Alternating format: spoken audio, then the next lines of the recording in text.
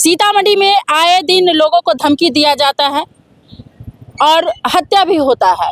ऐसा ही एक मामला आया है, सिद्धाश्रम के जो महंत है उनको धमकी मिला है कि 10 लाख रुपया दे दो, नहीं तो तुम अपना जान गंवा दोगे। लेकिन अभी तक पुलिस प्रशासन के द्वारा उसकी पुष्टि नहीं हो पाई है कि वो नंबर किसका है और कार्रवाई हो रही है या नहीं।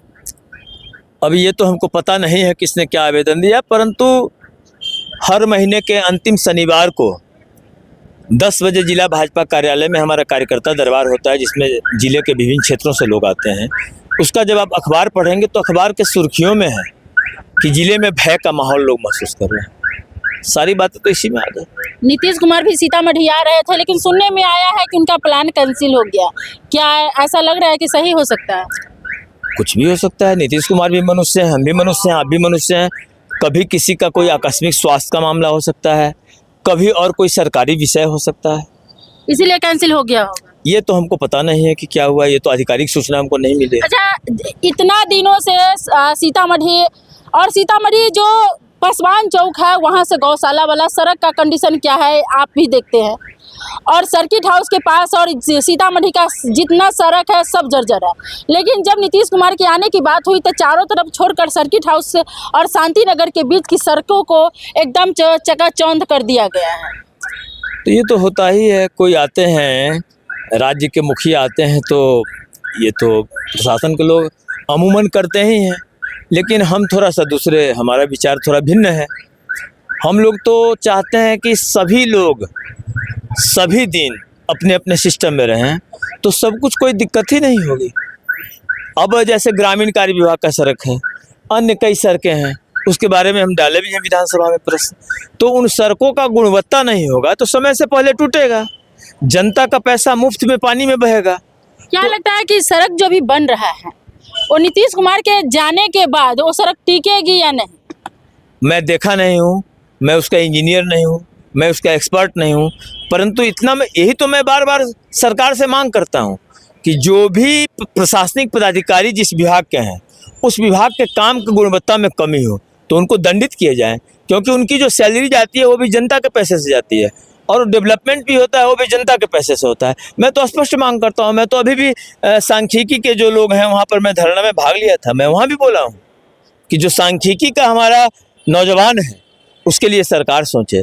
जो एमएलए को, एमपी को, मंत्री को सुविधा में, महंगाई भत्ता में जो वृद्धि करते हैं, तो एमएलए एमपी लोगों के लिए भी मैं एमएलए हूँ, फिर भी मैं बोलता हूँ कि हम लोग को राम मनोहर लोहिया और कर्पूरी जी से सीखना चाहिए साधारण जीवन।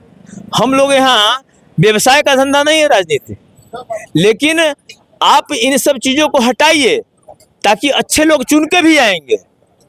इसलिए और इन सब संसाधनों का जो मंत्री के काफिला पर, एमएलए के सुविधा पर, एमपी के सुविधा पर आप व्यवस्था करते हैं, उससे आप नौजवान को रोजगार दीजिए। ऐसा लगता है हो पाएगा? आदमी चाहे तो क्या नहीं हो सकता है, सब कुछ इसी धरती पर होता है, करने का जज्बा होना चाहिए। आप जदयू पर ठीक है, आप गठबंधन है या इंडिया जो भी संगठन बना है आप उन पे टिप्पणी कर रहे हैं, लेकिन जब नरेंद्र मोदी भी तो बोले थे कि सबके 15-15 लाख रुपया सबके खाते में दे देंगे, अभी तक सबके खाते में नहीं आया, लोग काफी नाराज हैं।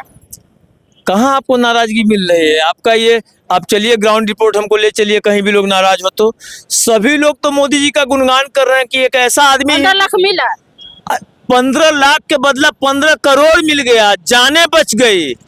विदेशों में गरीबों के इलाज में विदेश में भी पैसा नहीं होता था। उस कोरोना काल में हिंदुस्तान ने संपूर्ण विश्व को वसुधैव कुटुंबकम के मंत्र के आलोक में संपूर्ण विश्व का जान बचाया। तो जान का कीमत पैसे से आप आंकते हैं। नरेंद्र मोदी ने तो जो दे दिया वो तो भारत माता का धरोहर है वो व्यक्ति, कि उस महा परेशानी के काल में, उस महा जीवन का जो जाने का, विश्व को जाने का समय था, उस समय में कोरोना का टिकट मुफ्त में जो विदेशों में हजारों रुपए में दिए जाते थे वो यहाँ लाइन लगा के, क्यू में लगा के हॉस्पिटल में मुफ्त में मुहैया कराए गए।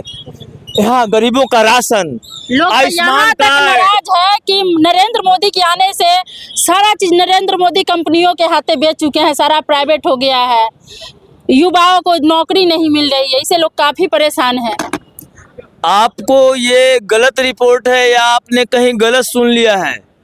युवा तो प्रसन्न है। हमारे कार्यकर्ता दरबार में सैकड़ों युवा आए थे कि प्रधानमंत्री जी ने जो प्रधानमंत्री विश्वकर्मा योजना का दिया है उसका हमारा रजिस्ट्रेशन करवाइए, और संपूर्ण जिलावासी को हम आमंत्रित किए हैं भाषण विधानसभा कार्यालय में कि जिनको भी कहीं कोई दिक्कत हो प्रधानमंत्री विश्वकर्मा योजना में रजिस्ट्रेशन में सोमवार से शुक्रवार तक प्रतिदिन 10 बजे से 4 बजे के बीच हमारा कार्यालय खुला है और वहाँ टेक्नीशियन बैठा हुआ, वहाँ के आप रजिस्ट्रेशन करवाइए।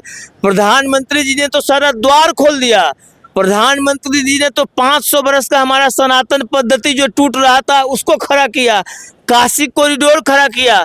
एक ऐसा प्रधानमंत्री जो देश के विकास के साथ अपने सांस्कृतिक विरासत का सुरक्षा करने वाला है। आप कह रहे हैं नाराज हैं, जनता तो हथेली पे उठाए हुए, आप जाके देखिए तो सही, आप जीरो ग्राउंड पे जाके देखिए ना। आप हमको ले चलिए जहाँ नाराज है वहाँ आप हमको इनवाइट करिए, आप हमको कहवा दीजिए लोगों से कहाँ लोग नाराज हैं। चलिए धन्यवाद।